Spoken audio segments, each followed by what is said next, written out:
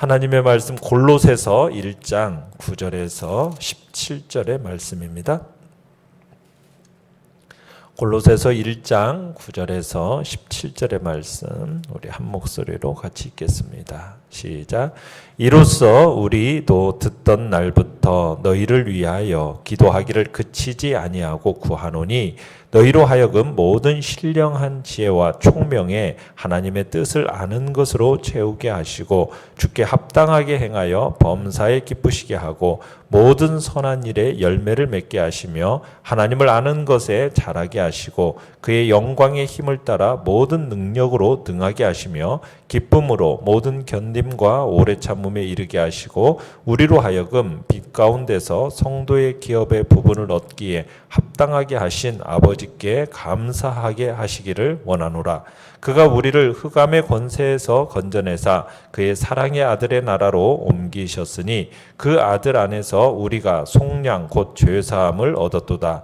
그는 보이지 아니하는 하나님의 형상이시요 모든 피조물보다 먼저 나신 이시니 만물이 그에게서 창조되되 하늘과 땅에서 보이는 것들과 보이지 않는 것들과 혹은 왕권들이나 주권들이나 통치자들이나 권세들이나 만물이 다 그로 말미암고 그를 위하여 창조되었고 또한 그가 만물보다 먼저 계시고 만물이 그 안에 함께 섰느니라. 아멘. 오늘 말씀의 제목은 흑암이 나를 어찌하지 못한다 라는 제목으로 말씀을 나눕니다. 골로새서는 당시 골로새 교회에 침투해서 성도들의 신앙을 위협하거든 거짓 철학, 또 유대주의적 율법주의, 또 천사 숭배 사상, 금욕주의 이런 것 등이 그리스도교의 신앙에 배치됨을 지적하고 있습니다. 그러면서 예수 그리스도의 신성과 우월성에 대해서 강조하는 내용이 이 골로새서에 기록되어 있어요. 그러면서 만물의 중심이 되시는 그리스도를 증거하고 있는 거고요. 아울러서 이러한 그리스도의 성품과 권능에 순종해야만 하는 그리스도의 연합된 성도의 바람직한 삶에 대해서 기록하고 있는 것이 바로 이 골로새서입니다. 오늘 본문은 먼저 골로새 교인들을 향한 중보기도의 내용을 요약 제시하고 있는데요. 내용관찰 문제 1번을 보시면요. 골로새 교회를 위한 바울의 기도 7가지는 무엇입니까? 자, 먼저 9절을 보시면은 이렇게 중반절에 이렇게 되어 있죠. 모든 신령한 지혜와 총명에 하나님의 뜻을 아는 것으로 채우게 하시고 이렇게 되어 있어요. 그러니까 바울은 사람이 진리를 분별하고 또 어떤 걸 선택하고 결정해야 할 때 하나님의 뜻을 아는 것으로 채우게 하시기를 구하고 있는 겁니다.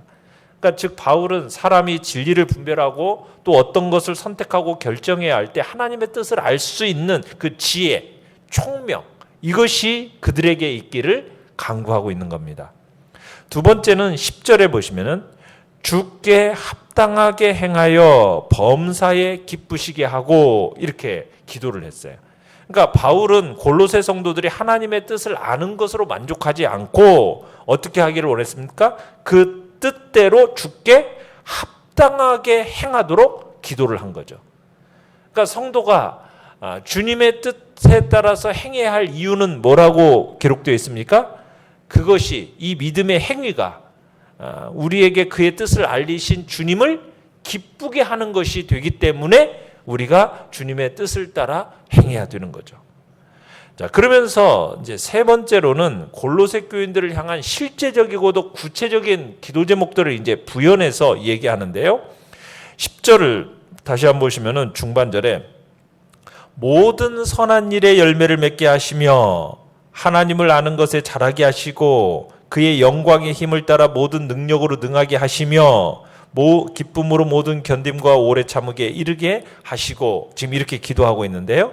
그러니까 바울은 지금 아까 9절에서는 골로새 성도들이 하나님을 아는 것, 그렇죠? 아는 것을 얘기했고 그리고서는 10절 첫판에서는 선을 행하는 것에 대한 이야기를 했다면 이 다음에는 하나님의 능력으로 행하는 삶을 기도하고 있습니다. 그러면서 첫 번째 10절에서 모든 일에 뭐 하기를 원한다고요? 선한 열매를 맺기를 기도하고 있는 겁니다. 그 다음에 두 번째는 하나님을 아는 것을 지속적으로 자라가기를 기도하고 있어요. 자, 그 다음에 11절에서는 세 번째 뭐냐면 하나님이 주시는 능력으로 강한 믿음을 소유한 자가 되어가지고 어떤 인생의 어려움 가운데서도 낙담하지 않고 하나님을 바라보면서 인내하는 그런 사람이 되기를, 그런 자가 되기를 기도하고 있는 겁니다. 그리고 마지막으로 12절에서는 뭐라고 얘기했냐면 우리로 하여금 빛 가운데서 성도의 기업의 부분을 얻기에 합당하게 하신 아버지께 감사하게 하시기를 원하노라. 그러니까 성도, 우리에게 성도의 아름다운 기업을 주실 하나님께 감사하는 것. 그러니까 이런 네 가지 행위는 하나님의 뜻을 깊이 이해한 자가 행해야 될 행동인 거죠. 그러니까 선한 일에 열매를 맺고 그 다음에 하나님을 아는 것에서 지속적으로 자라가고 하나님이 주신 능력으로 강한 믿음을 소유해서 어떤 인생의 어려움 가운데서도 낙담하지 않고 하나님을 바라보고 인내하고 그리고 마지막에는 그 아름다운 기업을 주신 하나님께 감사하는 이 네 가지. 그래서 총 이제 이런 기도 제목들이 지금 이렇게 진행되고 있는 겁니다. 자, 내용 관찰 문제 2번입니다. 바울은 골로새 성도들에게 예수 그리스도를 어떤 분이라고 설명하고 있습니까? 자, 15절로 가보시면, 자, 15절 한번 읽어보죠. 시작. 그는 보이지 아니하는 하나님의 형상이시요 모든 피조물보다 먼저 나신이시니. 자, 여기서 이제 얘기하는 거 뭐냐면 창조주로서의 그리스도의 절대성과 탁월성을 설명하고 있습니다. 창조주로서. 그러니까 먼저 바울은 창조주 되시는 그리스도를 직접 언급하기 이전에 예수님을 뭐라고 얘기하고 있냐면 보이지 아니하신 하나님의 형상이시요 모든 피조물보다 먼저 나신이시니. 그러니까 하나님은 사람과 달리 살과 뼈가 없는 순수한 영이시잖아요. 그리고 사탄이 가까이 하지 못할 빛 가운데 거하시는데 그 어느 누구도 볼 수 없는 존재시잖아요. 그러한 하나님께서 스스로 인간의 눈에 보이도록 나타나셨다라는 거죠. 그분이 바로 예수 그리스도. 예수 그리스도의 지금 성육신 사건을 얘기하고 있는 겁니다. 그리스도가 하나님의 형상이시라는 것은 무슨 얘기냐면 그가 보이지 않는 하나님의 어떤 외적인 형상으로 나타내신 분이라는 의미도 있겠지만 이와 함께 하나님의 속성을 완벽히 구현해내신 하나님 자신이다라는 사실을 얘기하고 있는 겁니다. 그러니까 하나님의 속성을 완벽하게 구현해낸 분. 이분이 이제 그리스도라는 거죠. 자, 그러면서 16절도 같이 한번 읽어보죠. 16절 시작. 만물이 그에게서 창조되되 하늘과 땅에서 보이는 것들과 보이지 않는 것들과 혹은 왕권들이나 주권들이나 통치자들이나 권세들이나 만물이 다 그로 말미암고 그를 위하여 창조되었고. 자, 그리스도가 다른 피조물보다도 탁월한 이유는 모든 만물이 누구에 의해서? 그리스도에 의해서, 그에 의해서 또 그로 말미암아 그를 위하여 지금 창조되었기 때문이라는 겁니다.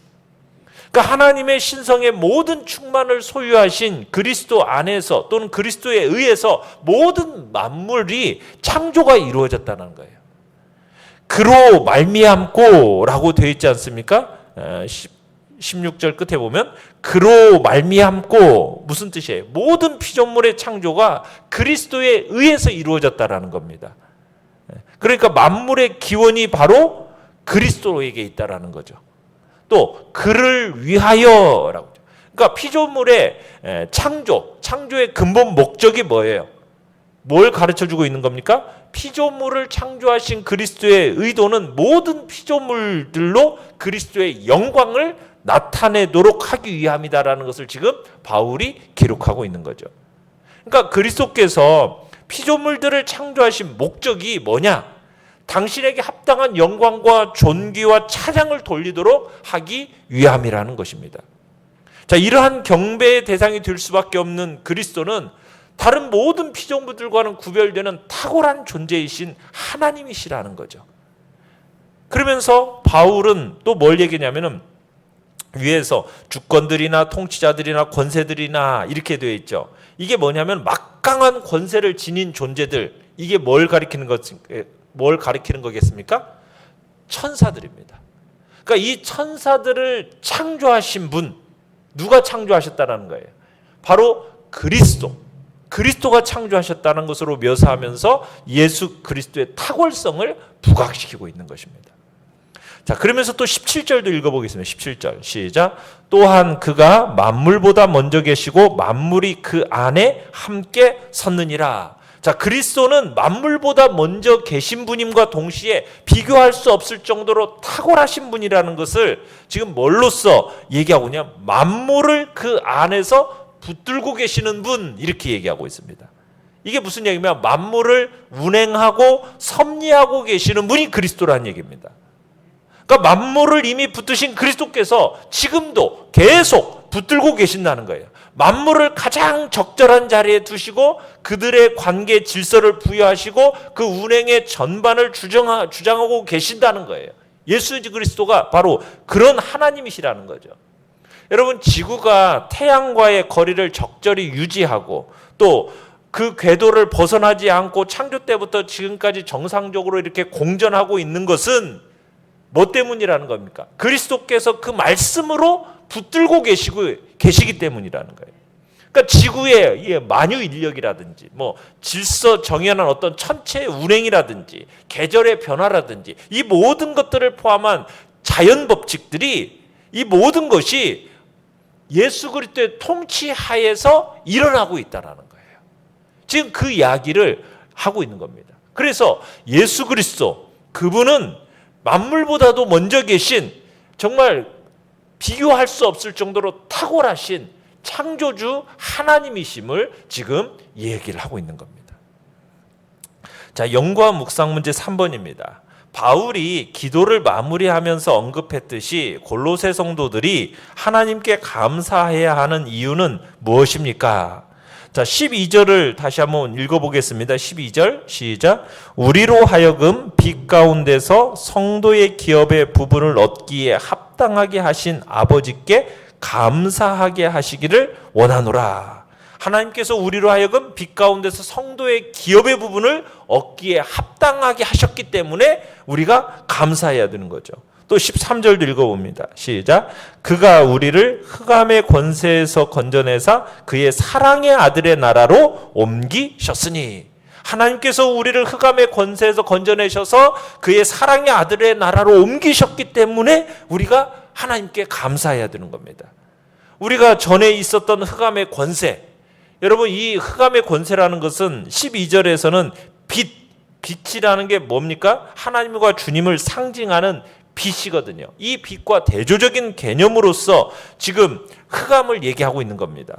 빛 되신 하나님을 떠나서 어두움 가운데 존재하는 그 악한 영의 세력, 이게 이제 흑암의 권세입니다. 그 영역에서 어둠의 세력의 노예 상태로 있었던 골로새 성도들을 하나님께서 건져내셔서 하나님의 그 사랑의 아들의 나라로 옮겨 구원하셨다라는 거예요. 여기서 옮기셨다라는 것은 완전히 대조되는 반대의 장소로 이동하는 것을 뜻하는 거거든요. 그래서 마치 이스라엘 백성이 노예 상태로 노예 생활하던 그 애굽에서부터 나와가지고 요단강을 건너서 가나안 땅, 약속의 땅 가나안 땅으로 들어간 것처럼 사탄의 노예 신분으로 있었던 우리가 그리스도가 주시는 자유인의 신분으로 옮겨진 거죠. 지금 이것을 가리키는 거예요. 그래서 바울은 하나님이 성도를 옮기신 장소를 뭐로 표현하고 있어요? 그의 사랑의 아들의 나라, 이렇게 표현하고 있죠. 그의 사랑의 아들의 나라, 그리스도의 나라, 빛과 거룩이 충만한 하나님의 나라, 그 나라로 우리를 옮기셨다는 거예요. 우리 하나님께서는 저주받아 영벌에 처해질 수밖에 없었던 우리를 예수 그리스도의 십자가의 그 구속의 사역을 통해서 구원해 주시고 빛의 나라인 하나님의 나라로 옮겨주셨음에 우리는 감사하는 거죠. 자, 14절을 가보시면 그 아들 안에서 우리가 송량이 뭡니까? 송량이라는 것은 붙들고 있었던 것을 놓아주고 풀어주는 것을 의미하는 건데요. 노예나 채무자를 대신 배상금을 지불해주고 그들을 자유롭게 놓아주는 것, 이게 이제 속량입니다. 그러니까 예수 그리스도는 죄와 사망과 어둠 권세하에서 신음하던 죄인들을 자유롭게 하시기 위해서 자신의 그 무죄한 몸을 속전으로 지불하시고 그들을 속량하셨어요. 속량, 그리고선 곧 죄사함을 얻었도다. 죄사함이라는 게 뭡니까? 죄의 포로로 매여 있던 자가 이제는 그 결과로 그 세력에서 노임받는 것이죠. 정죄에서, 죄책감에서 해방되는 것입니다. 죄사함은 이 속량의 사건의 결과로 일어나는 현상입니다. 하나님께서 자신의 독생자 예수 그리스도의 핏값을, 우리의 죄값을 대신해서 지불하게 하심으로 말미암아 우리를 억누르고 있던 그 모든 죄의 무거운 짐들이 다 사라지고 없어졌다. 이게 바로 속량, 곧 죄사함을 얘기하고 있는 겁니다. 이로 말미암아 우리가 이제는 죄로부터 자유로운 존재가 되었음을 선언하고 있는 거죠. 느낀 점 4번입니다.